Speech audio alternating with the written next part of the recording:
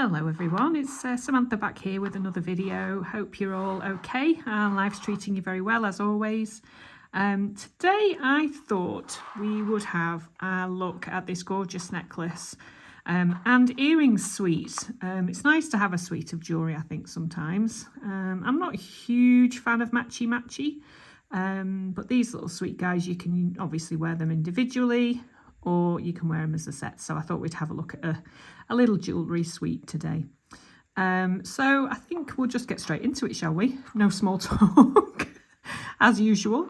Let's have a look what we need. Okay, so to make these little scroll components, I suppose you'd call them, you're going to need some 1.25. That's a very big spool, so I'll have to stick it on its side actually this time, guys. Ugh, never mind. Okay, so anyway, 1.25 bare copper wire I'm using, which is 16 gauge, I believe. Okay, so I'll just pop that out of the way because it's on a very big spool and we don't really want that interfering with everything, do we? You're also going to need 0.5 millimeter wire, and that I believe is 26 gauge. Again, like always, I'll put the pop the equivalents down in the description box. You're going to need some flush cutters, as always.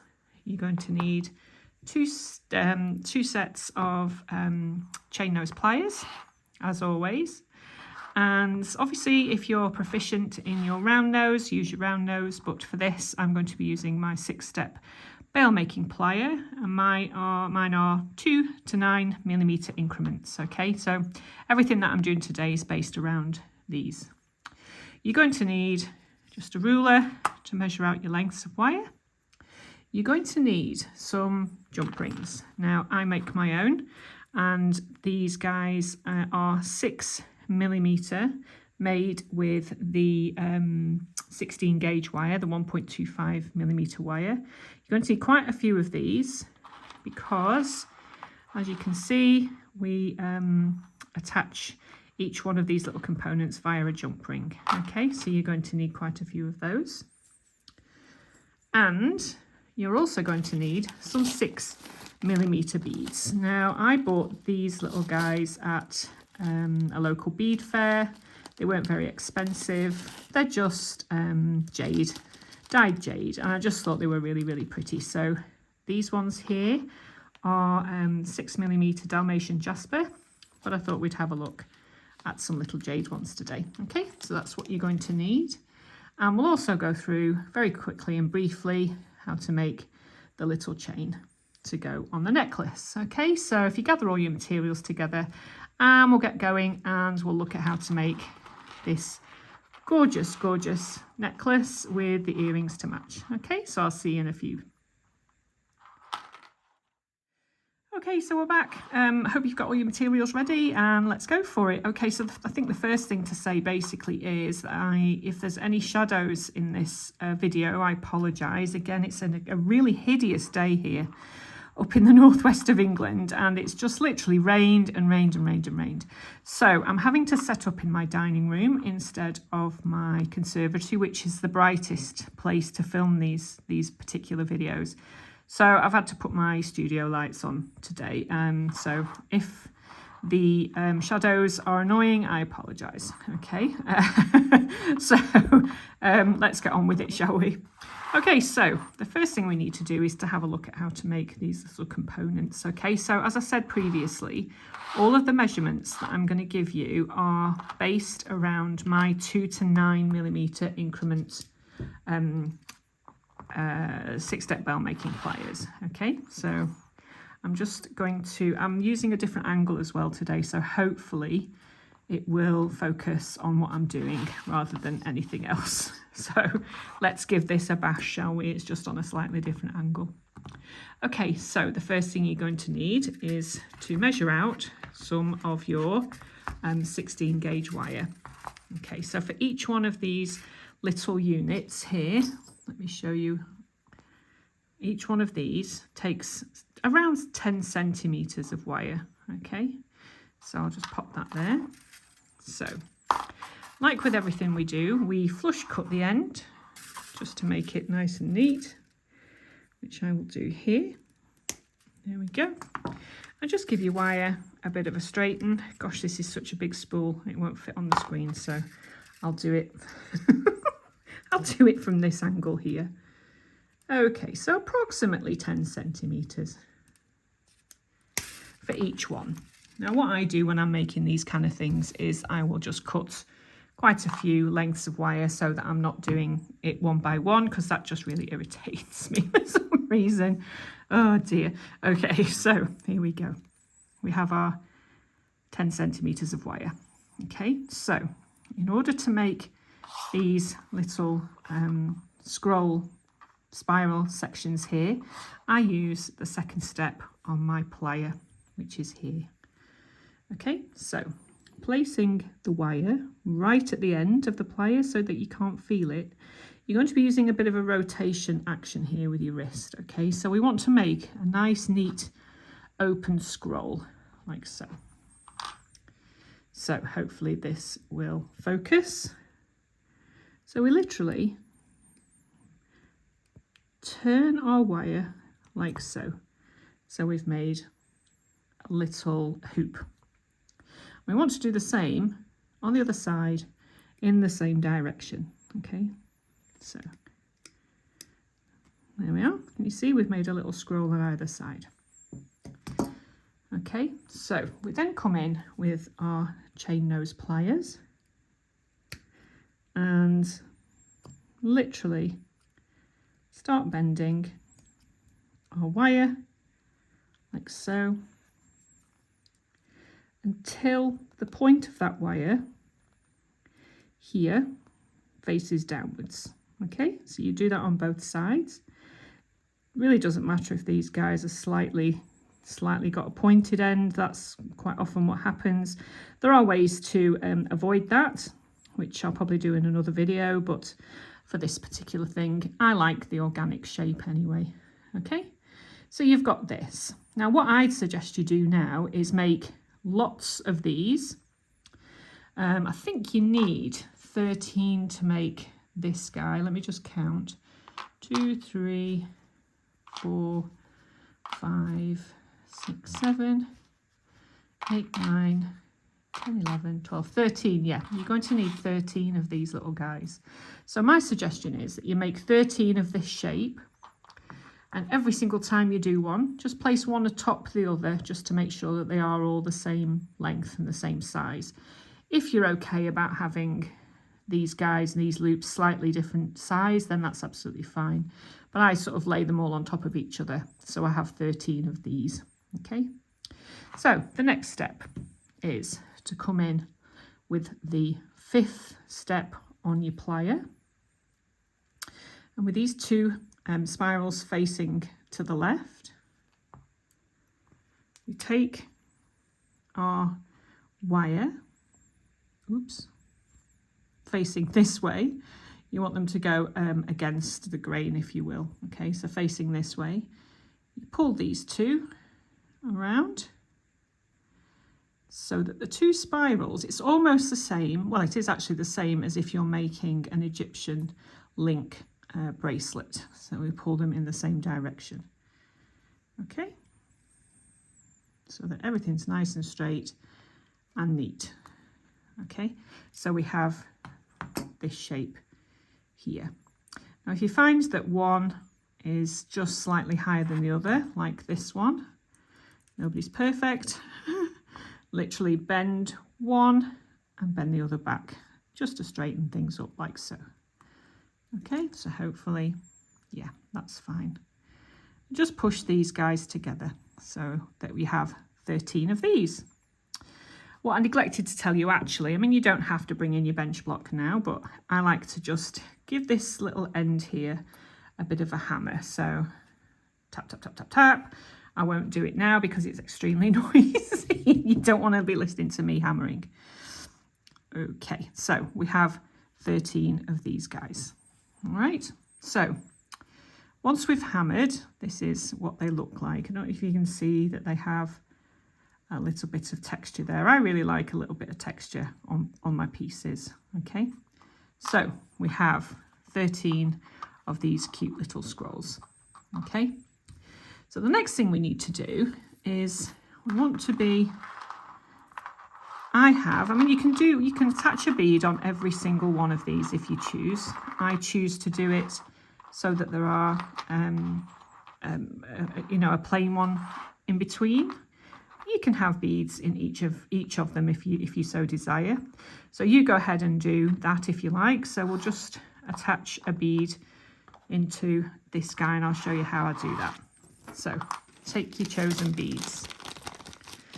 So for this, I'm going to choose one of these really cute 6mm dyed jade. I think they're called, what colour is this? That's maroon and mauve jade. So they're obviously dyed, but I just think they're really sweet. So you can use 0.4mm, which is 26 gauge if you like. I like to use the slightly thicker gauge just because I like the way it looks basically. And it's a little bit more sturdy. So you just want to cut a little length off, not too much, but obviously, you know, enough. And what I do is I start on the bottom side here. Obviously, if you're left-handed, reverse what I'm doing. So we pop up about 1/3 of the way along, and we just want to anchor this wire here. Okay, so again, those of us with dexterity problems or those of us who have arthritis in our hands, just feel free to come in, you know, with your little chain nose pliers. Makes life a little bit easier for me anyway, and just tighten things up here at the back. And I like to have 3 wraps and then 1 over the top, which looks like the 4th wrap. Okay, so just move these guys down like so. So, and then just squeeze things together, make it nice and neat. Okay, and this is when we're ready to put our bead on. So come in with your bead and pop that on and sit it just in the middle like so. Okay, you see that? If you need to pop that down a little bit, that's fine. Okay, so that just needs to sit in there and nestle in the center. So because this is attached at the bottom, we want to go from the bottom and wrap up to the top, if that makes sense. So we wrapped from the top down to the bottom, attach the bead, and then back up the top. Okay, so we just reverse what we've done. So literally, again, I come in with my little pliers because my hands are rubbish these days. Anybody else have trouble with their hands? Oh, good grief.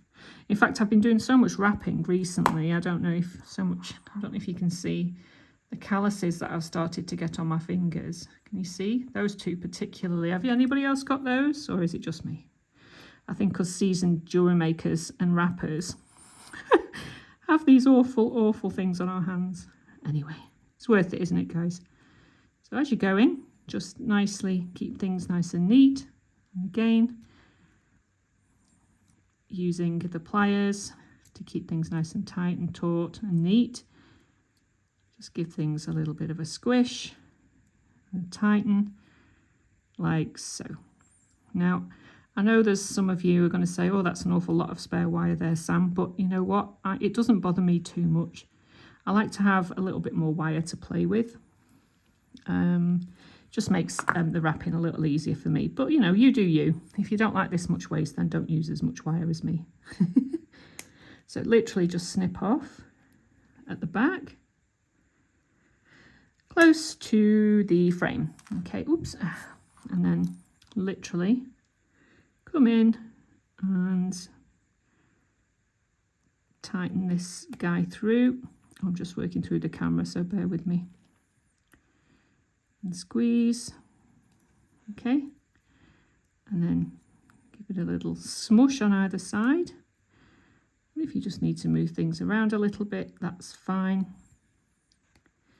There, okay. Now I like to just squeeze that bead in a little bit, but for me, I like a little bit of movement in my beads, okay? So I do it so that, you know, you get a little bit of a twist there, which looks quite nice, okay? So you need to do that. Certainly you need 2 of those for the earrings, okay? And then you're going to need 5 for the actual necklace, I think. 1, 2, 3, 4, 5, yeah. So you're going to need 7 of these, okay? So we'll come back in a second when you've done 7 of these guys. I'll see you in a few. Okay, so we're back. How did we get along? Have you made all your little squiggly thingies? These little squiggly thingies, there we go. Squiggly things. So you should have 5 plain ones, certainly if you're going to follow my pattern for my necklace, and then 7 of the other ones, okay? So 2 of these you need to reserve for your earrings, which I'll go through how to make in a second. So you need to reserve 2 of those, okay? So you should have, let's have a look. 1, 2, 3, 4, 5. 1, 2, 3, 4, 5, 6. So you should have 6 of these actually. There we go. I'm telling fibs. You need to have 6 of those. Okay. 6 of those and 5 of those. So we need to have a play around now and see how we're going to make this work. So this is where you just on your design board, or I don't know, your bead board, just have a look and see how things look. So I just have a bit of a play around and see how things look. I think those beads look beautiful with the copper, don't you? I think turquoise and greens look amazing with copper. But I liked these pink ones. Okay, so I'm thinking that that looks like a really nice setup there. Okay, so the next thing we need to do is to take some jump rings and start putting things together. Okay, so I'll just gather my jump rings. Won't be a sec. Okay, so we've got quite a few jump rings here, guys. So the only thing you need to do really now is just attach these jump rings to your little components. So because I've used 16 gauge wire, these guys are a little bit more sturdy. Okay, so all you need to do is pop a jump ring through the center of each of your little spirals, like so, and then come in with your next one. You see that? It just attaches, and literally we close the jump rings up neatly. We just basically go along in whichever fashion you are going to put yours in. I've decided on a beaded one, and then a plain one, and then a beaded one, and a plain one, just because I think it looks cute. But again, you know, make whatever you like. These are just literally ideas for you. So we just close up our jump rings. Okay, I'll just do one more. And then what I'll do is I'll meet you back here and we'll go through how to make the chain. The chain I think I've shown before, but I thought I would just add it into this little video, just in case there's some guys here who are new to my channel and they've not seen that particular video, okay? It's a really, really sweet chain to go with a piece of jewellery. Oh, I've done that the wrong way around. No, I haven't. With a piece of jewellery that has a little bit more interest to it. I think if you were to do a figure of 8 chain, or, you know, one of the other teardrop style chains and stuff that I've shown in the past, it could very well be a little bit too busy, if that makes sense, and something that would take away from the beauty of these little scroll components at the bottom. Okay, but obviously it's entirely up to you, whatever chain you want to put on. I just think that this particular chain is delicate and wouldn't, you know, it sits around the neck really, really nicely, and it won't take away from, you know, this beautiful scroll work here. Okay, so continue to add these guys together and we'll meet back when we come to the end. Okay, so I'll see you in a few minutes. Okay, so how did we get along? Hopefully you have something that looks like this. Isn't it beautiful? Look at that. The only thing we need to do now is to make, well, not the only thing, but one of the last things we need to do now is to make this really simple chain, which I think looks beautiful against this particular piece because it doesn't take anything away from the bib section of the necklace here, does it? It's very delicate and ensures that this part of the necklace is the most prominent along the neckline. Okay, so I'll show you how to make each one of these, and then you just need to make as many as you need to make it the length that you need. Okay, so each one of these little chaps here, let's have a look. Measures, where's my ruler gone? Here it is. Approximately, let's have a look. Gosh, my eyesight is getting so bad. Bear with me. Approximately just over 1.5 centimetres. Okay, which is, I don't know, that much on the inch scale. So just under 3/4 of an inch, something like that. Okay, so let's just pop that out of the way. So in order to make each one of these, you're going to need 3 centimetres of 1 millimetre. That's 18 gauge wire. Okay, so I'll flush cut the end as always and measure out 3 centimetres of wire. There it is. Okay, so there we are. So I'm going to be using the first step on my 6-step bell making pliers for this, okay, to make these little hoops. So all you do very, very easily is to pop the wire at the end of the plier like so, and just rotate it round and put a little kink in the end of it. You're making a double-ended head pin essentially. Now I like to do the openings on opposite sides just because I think it's just, well, that's just the way I do it. I'm not sure whether it makes it more sturdy or what, but that's just the way I've always done it. So you want to do the same on the other side. And then literally with your nail or your chain nose pliers, just pop a little bit of a kink so that we have this little guy here. Okay, so what you need to do, if you need to, is just straighten it up slightly. Just have a bit of a fiddle around with it if you need to, that kind of thing. Okay, so you need to make quite a few of these little chaps. Okay, so in order to make them a little bit more interesting, I just literally wind them with 0.5 millimetre. That's 24 gauge, I think, if I remember rightly. So you just need to cut off a little section of wire. I'm thinking, I don't know, probably so much. Very technical, isn't it, that? So much. Just that much there. Oh dear. And basically all you do is you anchor the wire around like so. I hope this is focusing this camera, guys. It's such a weird day outside. The light was just not happy with me. So I was trying to film this video and it was so dark. So I hope this setup that I've got here isn't too bad. Okay, so we've got the wire started. We just literally windy, windy, windy, windy, wind. Do a little bit of a song in your head whilst you're doing it. Okay, so we just literally chop that little section off there and smush, smush, smush, smush, smush.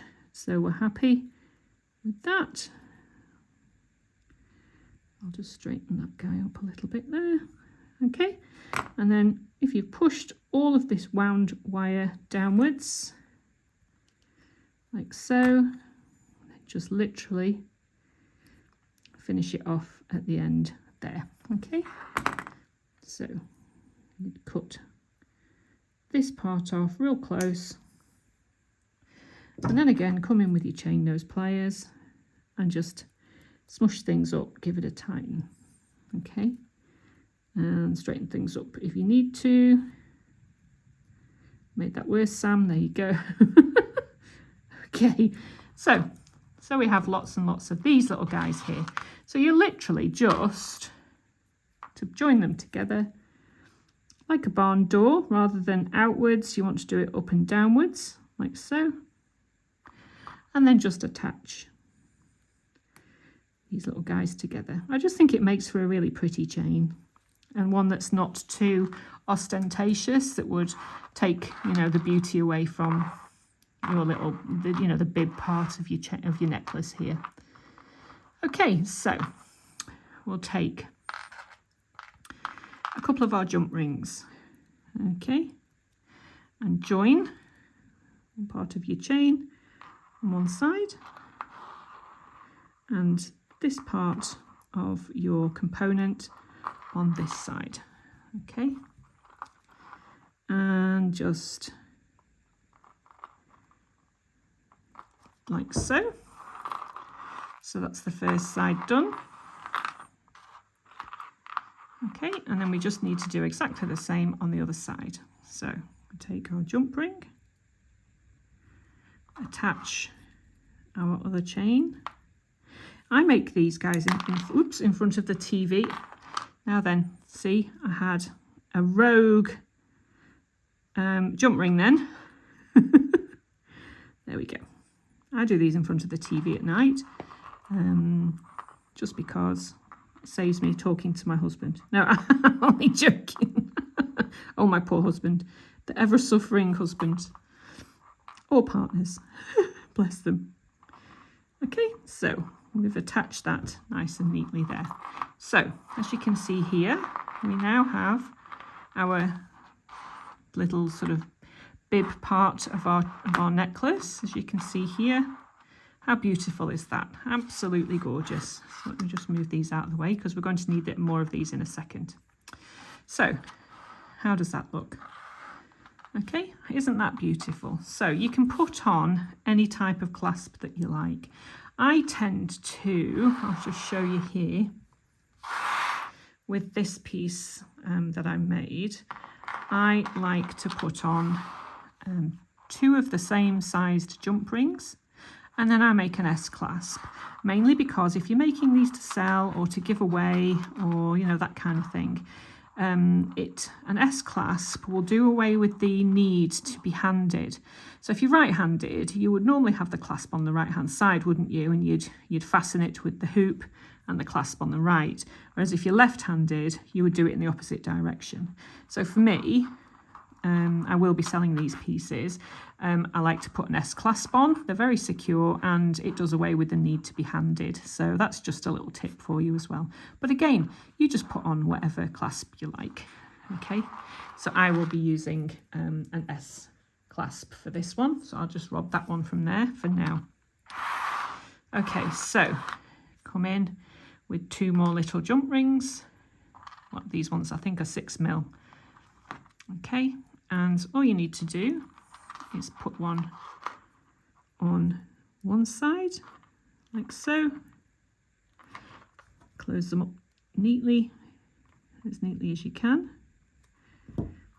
Sometimes jump rings don't like you and they become a little bit distorted, but hey ho, we know what to do, don't we?